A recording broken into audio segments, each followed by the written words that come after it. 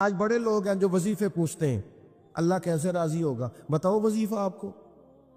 امام غزالی لکھتے ہیں کہ حضرت موسیٰ کلیم علیہ السلام نے اللہ کے حضور عرض کیا، مالک میری قوم پوچھتی ہے تو کیسے راضی ہوگا، ہم تجھے راضی کرنا چاہتے ہیں۔ تو حضرت موسیٰ علیہ السلام سے رب کریم نے فرمایا ان سے جا کے کہہ دو کہ مجھ سے راضی ہو جائے، میں بھی ان سے راضی ہو جاؤں۔ یہ اپنے رب سے راضی رہیں، جو رب ان کے لیے فیصلہ کرے۔ وہ حضرت سفیان ثوری دعا مانگ رہے تھے نا، یا اللہ راضی ہو جا، یا اللہ راضی ہو جا، یا اللہ راضی ہو جا۔ تو حضرت رابعہ بصریہ رحمۃ اللہ علیہ بھی پردے کے پیچھے بیٹھی تھی، تو جب انہوں نے بہت زیادہ اس دعا پر اصرار کیا نا، یا اللہ راضی ہو جا، تو پردے کے پیچھے سے بول پڑی، کہنے لگی سفیان اب کچھ اور نہ مانگے، اللہ سے آگے نہ چلے۔ جناب سفیان کہنے لگے میں دعا ہی کر رہا ہوں کہ یا اللہ تو راضی ہو جا۔ تو فرمانے لگی پہلے اپنے دل پہ ہاتھ رکھ کے بتائیں آپ اللہ سے راضی ہیں؟ کہ حضرت عباس ایک دن عرض کرنے لگے یا رسول اللہ صلی اللہ علیہ وسلم میں تو آپ کی نبوت کی نشانیوں کا بڑا پرانا قائل ہوں۔ محبوب نے فرمایا چچا کس طرح؟ تو عرض کرنے لگے یا رسول اللہ آپ پنگوڑے میں تھے، آپ جدھر جدھر انگلی کا اشارہ کرتے تھے چاند بھی ادھر ادھر ہی چلتا چلا جاتا تھا، چاند جھک جاتا جدھر انگلی اٹھاتے مہد میں، کیا اشاروں پر چلتا تھا کھلونا نور کا۔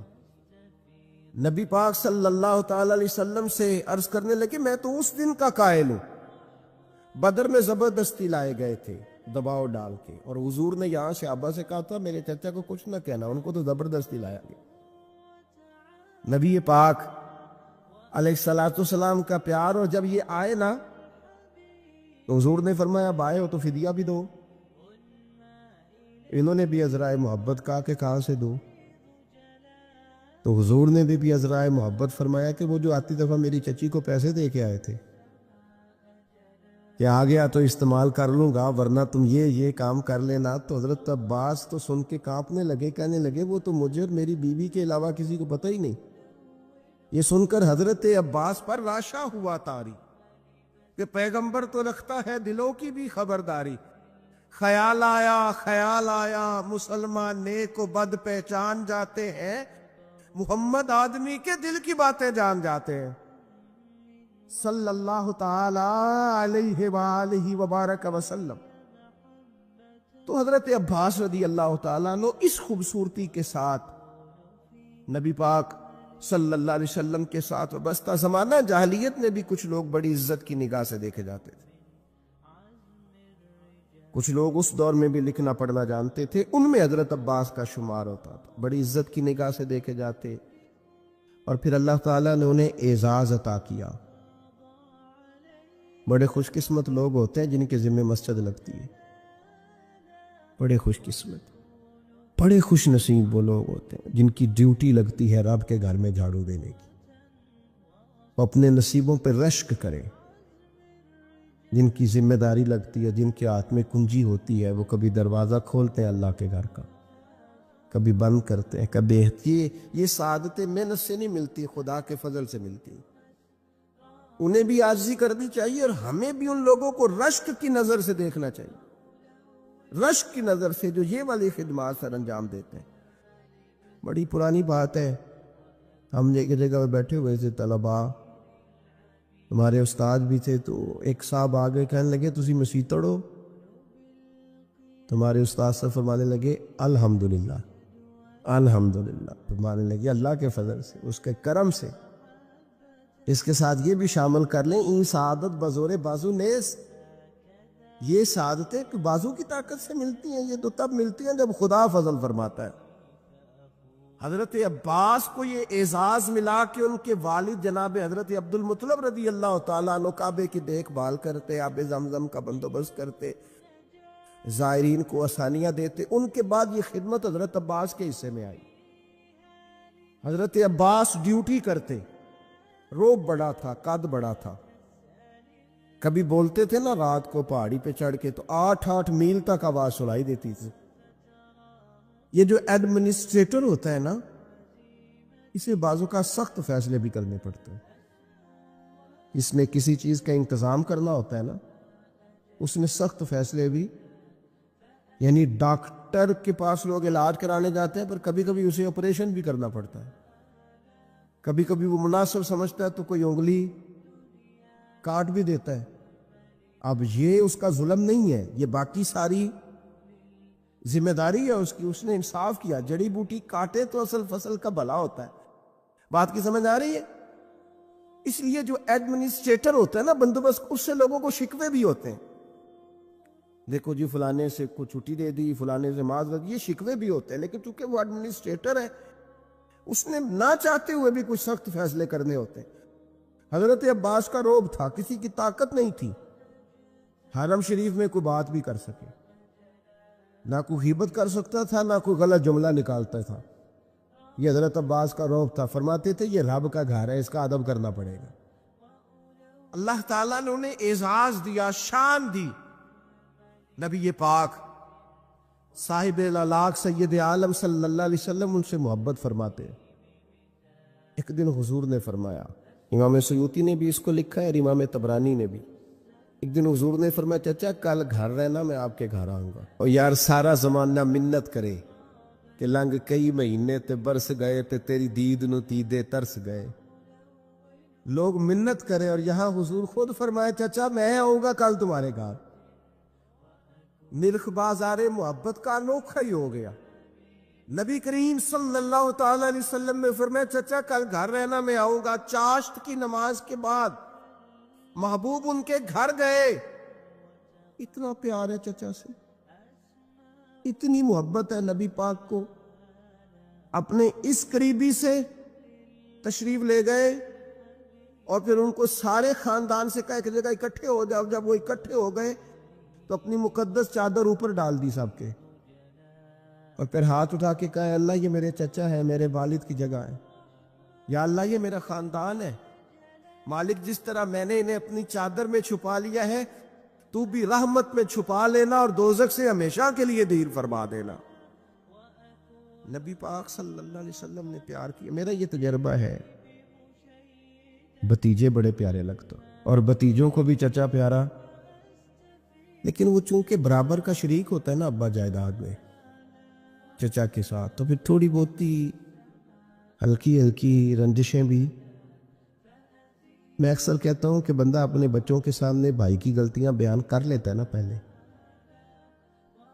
کبھی غصہ آتا ہے پھر وہ ساری باتیں کر بیٹھتا ہے، لیکن اندر سے نا وہ بھتیجے برے لگتے نہیں، اپنے بچوں سے ڈرتے ڈرتے باتیں کرتا ہے۔ میں ویسے بچے کہہ رہا ہوں، آپ نے کچھ اور بھی سمجھنا ہوا تو سمجھ لیجئے گا، میں ویسے بچے کہہ رہا ہوں کہ وہ ڈرتا ڈرتا باتیں بھائیوں کی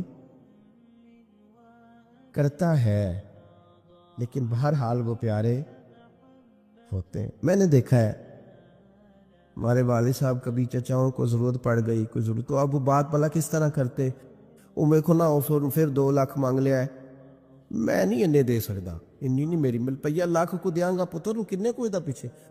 تو میں ان کا چہرہ دیکھ کے کہتا تھا، میں کہ ابا جی دل تو اڈا 2.5 دن تے کردا ہے، لیکن وہ ہمیں مطمئن کر رہے ہیں نا، آپ ہمیں راضی کر رہے ہیں، تو دل تو اڈا کردا ہے کہ انہیں 2 مانگے ہیں تو میں انہوں 2.5 دیا۔ پیارے ہوتے ہیں نا بھائی، کیا کیا جائے، ان جیسا رشتہ کوئی نہیں۔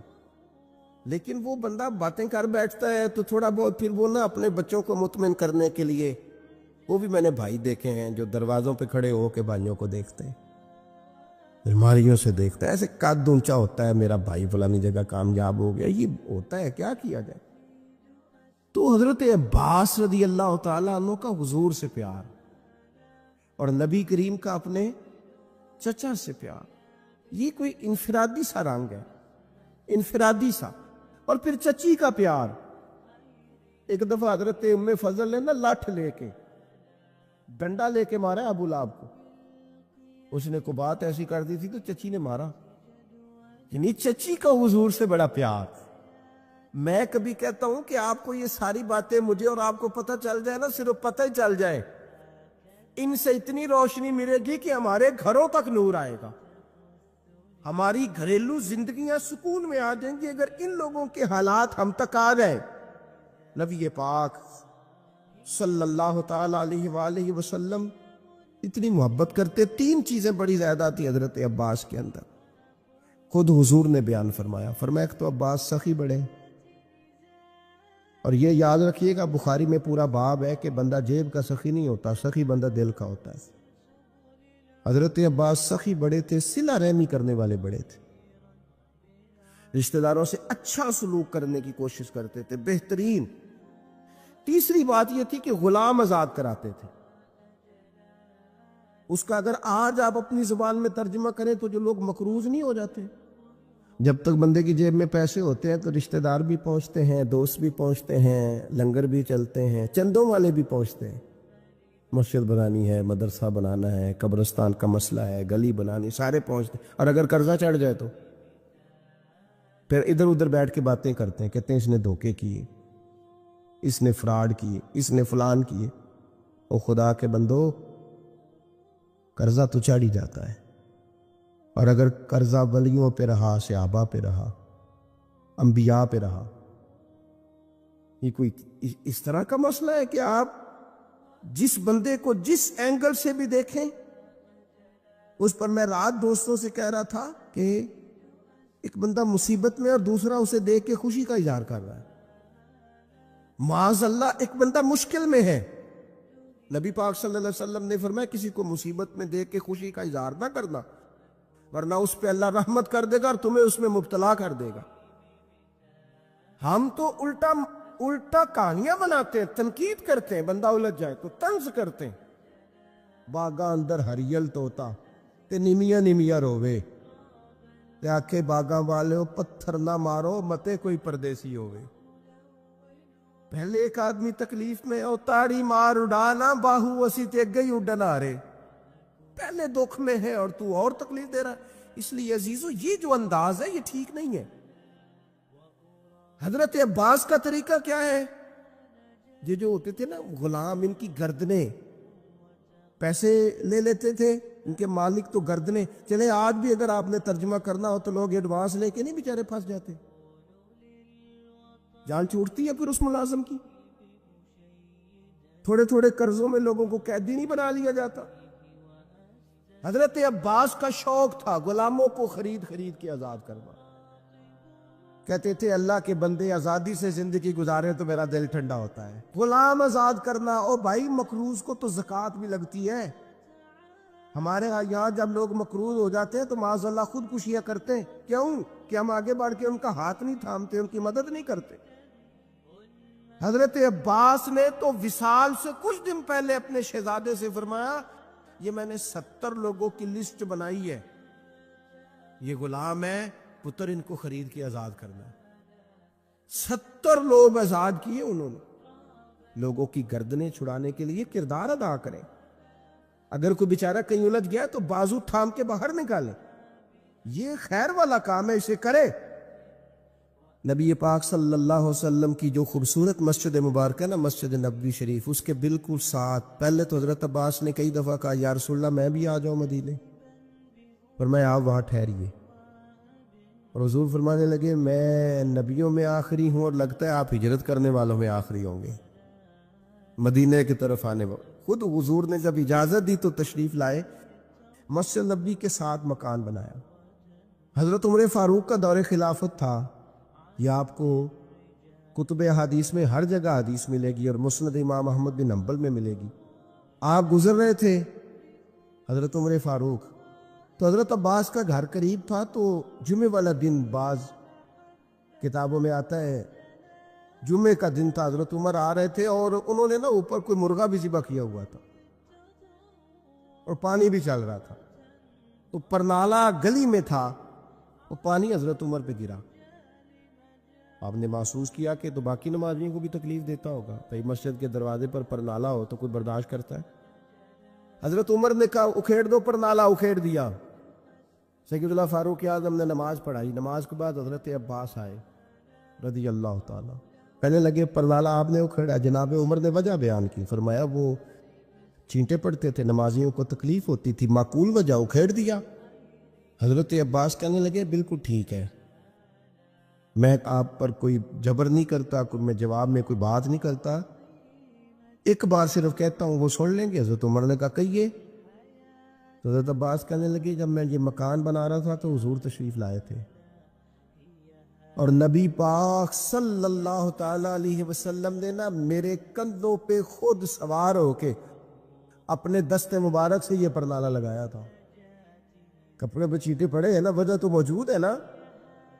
اب حضرت عمر نے اس پر کیا تبصرہ کیا؟ تھوڑا سائیڈ پہ کر لیں، چلے اگر حضور نے لگایا تھا تو اس کو دوسرے کونے پہ لگا لیں، کوئی تبصرہ نہیں۔ تم کہتے ہو کبھی تعمیر کے نام پر، کبھی فلاں چیز کے نام پر، کبھی فلاں چیز کے نام پر۔ حضرت عباس نے کہا عمر نبی پاک نے لگایا تھا، اتنے لفظ ہیں، ختم ہو گئی ساری وجوہات۔ حضرت عمر تو اتنا روئے کہ بیٹھ گئے، آنسو نکل آئے آنکھوں سے، کہنے لگے عباس میرے ساتھ چلیے، اسی جگہ جاتے ہیں جہاں سے پرنالہ کھیڑا ہے، آپ اس طرح کریں، اب آپ میرے کندھوں پہ چڑھے اور اس کو دوبارہ لگائیں۔ جس چیز کو رسول کریم نے جہاں لگایا تھا اس کو ہٹانا، ہم نے نہ کبھی قطرے پہ غور کیا اور نہ دریا دیکھا، بس جہاں تیری جھلک دیکھی وہی ڈوب گئے۔ میرے دوستو یہ تو انداز ہمیں صحابہ نے دیا ہے۔ میں اور آپ اس رسول کے ماننے والے ہیں جس کریم محبوب نے وصال ظاہری سے پہلے منبر پر بیٹھ کر صحابہ سے کہا تھا میرا ارادہ ہو گیا ہے لوٹ جانے کا، میری طرف سے کسی کو تکلیف پہنچی ہو تو میں حاضر ہوں۔ ہاں نہ ذرا ایک ایک کر کے ہم بھی 2 منٹ کے لیے بہو سے پوچھ نہ لیں، داماد سے پوچھ نہ لیں، جس بیوی نے ساری زندگی کوڑے کے نیچے وقت گزارا ہے اس سے پوچھ نہ لیں کہ تم میری طرف سے راضی ہے کہ ناراض ہے۔ پڑوسیوں سے 1-2 دفعہ بات کر نہ لیں۔ ایک صحابی اگر میدان بدر کے اندر عرض کرتے ہیں کہ یا رسول اللہ آپ نے صفیں سیدھی کراتے وقت مجھے تیر چبھویا ہے، حضور تو معصوم عن الخطا ہے، محبوب کے لیے تو یہ تصور کرنا جرم ہے، لیکن ہماری تعلیم کے لیے وہ صحابی کیا کہتے؟ حضور مجھے تیر چبھویا ہے، تو محبوب کیا فرماتے ہیں؟ مجھے استثناء حاصل ہے، وزیر اعظم پر، گورنر صاحب پر اور صدر پر پرچہ ہی نہیں ہو سکتا، میں چونکہ فلاں عہدہ رکھتا ہوں لہذا میرے ساتھ کیسے تو نے بات کر لی؟ یہ میرے رسول کا دیا ہوا طریقہ ہے۔ محبوب کریم نے گویا اپنے لفظوں میں بات کر رہا ہوں، حضور نے جو قانون بنایا تھا محبوب نے خود اپنے آپ کو اس قانون کے حوالے کیا، فرمایا آ جا میں کرتا ہٹاتا ہوں تو بدلہ لے لے۔ ہاں نا، آؤ نا 2 منٹ کے لیے اپنے آپ کو کٹہروں میں کھڑا کرو نا، آؤ جس جگہ پہ بیٹھ کے 25-30 سال سرکاری نوکری کی ہے، آؤ نا اپنے آپ کو کٹہرے میں کھڑا کرو، اپنی عدالت میں اپنے آپ کو پیش کرو۔ نوکری کی ہے کہ تعلقات نبھائے ہیں، سرکاری نوکری کی ہے کہ افسروں کو راضی کیا ہے۔ آؤ نا جن کو منصب ملے ہیں، منصب جن کو عہدے ملے ہیں، جن کو بڑا کچھ ملا ہے، وہ تھوڑی دیر کے لیے آئے نا اپنے آپ کو کٹہروں میں کھڑا کر۔ وہ پیر صاحب، وہ مولوی صاحب جن کے لوگوں نے ہاتھ بھی چومے اور ان کے پیروں میں نذرانے بھی ڈالے، اور گھنٹوں لوگوں نے سڑکوں پہ پھول لے کے جن کا استقبال بھی کیا، اور جن کے بچوں کو بھی لوگوں نے سلوٹ کیا کہ یہ شیخ کی اولاد ہے، وہ آئے نا کبھی کٹہرے میں کھڑے ہو کے بتائے نا جس دین نے انہیں اتنا دیا ہے انہوں نے اس دین کو کیا دیا ہے۔ وہ اپنی عدالت میں خود پیش ہوں، وہ بتائیں کہ تم بتاؤ نا، تمہارے ارد گرد والے بہت سارے لوگ وہ بھی ہیں جو چھابڑی لے کے سودا بیچنے جاتے ہیں، تمہارے ساتھ اٹھنے بیٹھنے والے وہ بھی ہیں جو 30-40 ہزار کی نوکری کرتے ہیں، خس خس جنہ قدر دا میرا تے صاحب نو وڈیائیاں، میں تے گلیاں دا روڑا کوڑا تے محل چڑھایا سائیاں، تو دے نہ جواب دے، لیکن حق بات کی ضرورت ہی نہیں، مزاج ہی نہیں، طے کر لیا ہے کہ حق نہیں کہنا، صرف گروپ بندی کرنی ہے، صرف مزاج یہ بنا لیا ہے کہ میں کسی کو ناراض نہیں کرنا چاہتا، ہو جائے ساری دنیا ناراض ہوتی ہے، بس یہ سوچ کے رات سو جانا سارے ناراض ہو جائیں تو کام چل جائے گا، کہیں اللہ رسول نہ ناراض ہو جائے، یہ سوچ کے سویا کرو۔ ہمارا حضرت صفیہ رضی اللہ تعالی عنہ ام المومنین ہے، آپ کا چونکہ ایک یہودیوں کی فیملی سے تعلق تھا، فرماتے ہیں میرے والد اور میرے چچا مجھ سے بڑا پیار کرتے تھے، میری طرف بڑی توجہ رکھتے تھے، تو میں جس دن حضور مسجد قباء کے قریب تشریف لائے تو میرے چچا اور والد حضور سے مل کے آئے، تو ان کی کیفیت اتنی بدلی ہوئی تھی، انداز اتنا بدلا ہوا تھا کہ میں ان سے ملنے گئی تو انہوں نے توجہ ہی نہیں کی، میں دروازے تک ان کے استقبال کو گئی، انہوں نے توجہ کوئی نہیں کی، بڑے عجیب سے پریشان تھے۔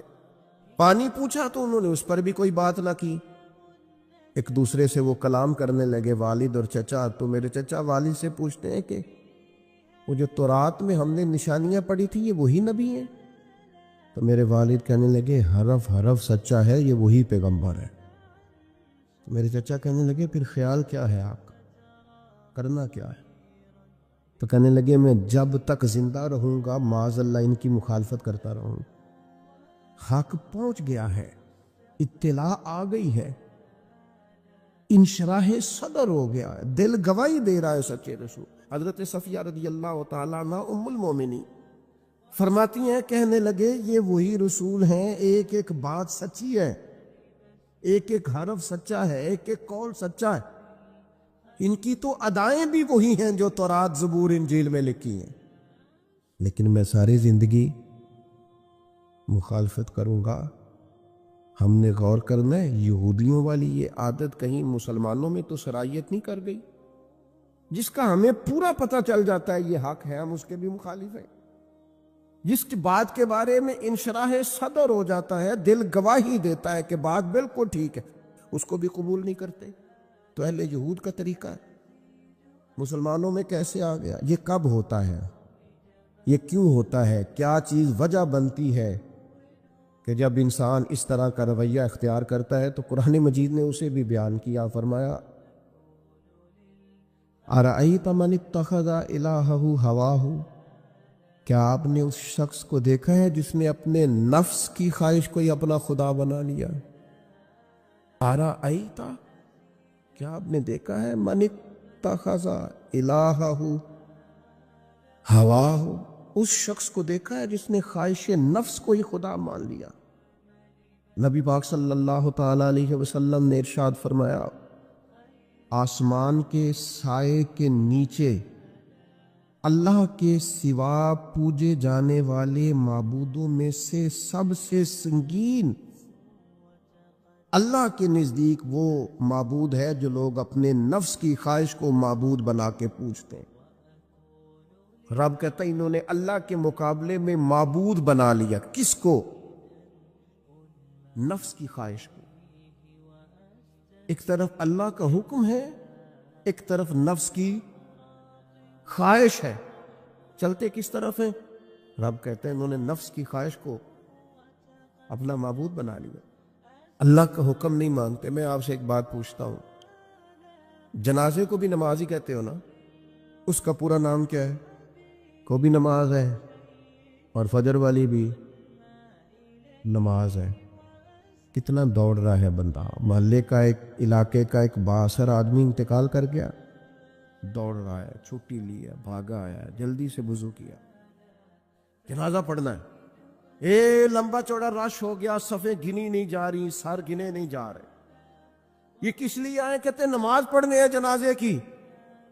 اگر تو آئے ہو نماز پڑھنے تو فجر بھی نماز ہی ہے، ظہر بھی نماز ہے، عصر بھی نماز ہے، مغرب عشاء بھی۔ اگر تو نماز پڑھنے آئے ہو تو بتاؤ یہ والی چھٹی تم نے 5 نمازوں میں کیوں نہیں لی؟ اگر تو آئے ہو نماز پڑھنے تو پھر بتلاؤ یہ والا اہتمام فجر میں کیوں نہیں ہوا؟ یہ تم نماز پڑھنے نہیں آئے، یہ ہم اللہ کے حضور حاضری دینے نہیں آئے، یہ وہ جو سیاسی رکھ رکھاؤ ہے، یہ جو ذاتی تعلق، یہ نفس کی عبادت ہے، یہ اللہ کی عبادت نہیں ہے، یہ خواہش نفس کی تکمیل ہے۔ یہ رب کی عبادت، یہ تو اپنے خواہش کے پیچھے دوڑے آئے ہو، مجھے بتلاؤ نا۔ وہ ایک شاعر تھے، انہوں نے بات تو بڑی غلط کی، لیکن چلو بعض اوقات نصیحت کے لیے کچھ باتوں کو دہرا دینا چاہیے۔ پاکستان کے ایک معروف شاعر تھے، ان سے کسی نے کہا کہ آپ مسلمان ہیں؟ کہنے لگا آدھا مسلمان ہوں آدھا کافر ہوں۔ اور کس طرح؟ کہنے لگا اسلام کے اندر خنزیر بھی حرام ہے اور شراب بھی حرام ہے، لیکن میں خنزیر نہیں کھاتا، شراب پی لیتا ہوں، معاذ اللہ ثم معاذ۔ کہنے لگا خنزیر سے مجھے نفرت ہے، شراب میں چھپ کے کئی کونے میں جا کے پیتا ہوں، تو آدھا مسلمان ہوا نا۔ کہ اگر تو میں دین کا حکم سمجھ کے نفرت کروں تو پھر جتنی خنزیر سے کروں اتنی شراب سے بھی کروں۔ تو کسی نے اس پر تنقید کرنی چاہی تو اس نے کہا ٹھہر جا ذرا سن، جس طرح شراب حرام ہے، جس طرح جوا حرام ہے، جس طرح خنزیر حرام ہے، ملاوٹ بھی تو اسی طرح ہی حرام ہے، حرام مال بھی تو اسی طرح ہی حرام ہے۔ یہ کیسی تمہارے نفس کی خواہش ہے کہ خنزیر نہیں کھاتے؟ کہتے ہیں کہ کسی علاقے میں ایک آفیسر تھا تو وہ سب حرام مال اکٹھا کرتا تھا، تو کوئی کسی کی ضرورت ہی نہیں تھی اس سے بات کرنے کی۔ تو ایک بوڑھی اماں تھی، وہ بڑی حق بات کہنے کا مزاج رکھتی تھی، تو ان کی مرغی مر گئی، تو اس کے گلے پہ چھری چلا کے نا تو اس آفیسر کے گھر دے آئی دیسی مرغی۔ تو وہ شام کو شکریہ ادا کرنے آ گیا، کہنے لگا اماں کمال کر دیا، دیسی مرغی تو کسی کو دیتا ہی نہیں۔ کہنے لگے بیٹے نہیں، کمال والی بات نہیں، مر گئی تھی۔ تو وہ ناراض ہو گیا، کہنے لگا مر گئی تھی تو میرے گھر کیوں دے دی؟ کہنے لگی سارا محلہ جانتا ہے تو سارا حرام کھاتا ہے۔ تو میں نے کہا یہ کروڑوں حرام کھا گیا ہے تو کوئی مشکل نہیں، تو ایک مرغی سے کیا تکلیف دے گی؟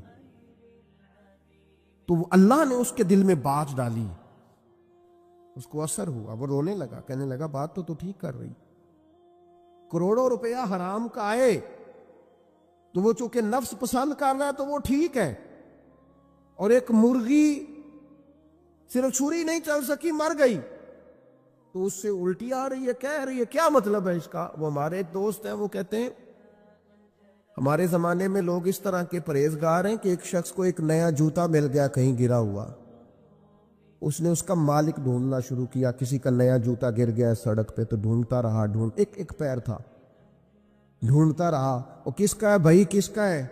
تھوڑی دیر آگے جا کے اسے اس کا دوسرا پیر بھی مل گیا، پھر اس نے مالک ڈھونڈنا چھوڑ دیا۔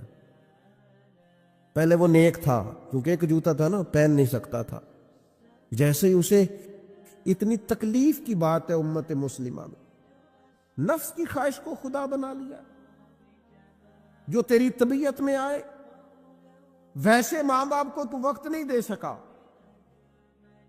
ویسے اگر تجھے کہا جائے کہ ماں باپ کی طرف سے کسی یتیم بچے کا خرچہ اٹھا لے وہ تو نہیں اٹھا سکتا، تیرے ماں باپ چلے گئے ان کی وجہ سے تو کسی غریب بہن بھائی سے تعاون کر تاکہ ماں باپ خوش ہو، اصالِ ثواب وہ تو نہیں کر سکتا، دیکھے چیلم پہ 50 پکیں گی، جو کہ پتہ چلے نا برادری کو کہ جناب نے چیلم کیا۔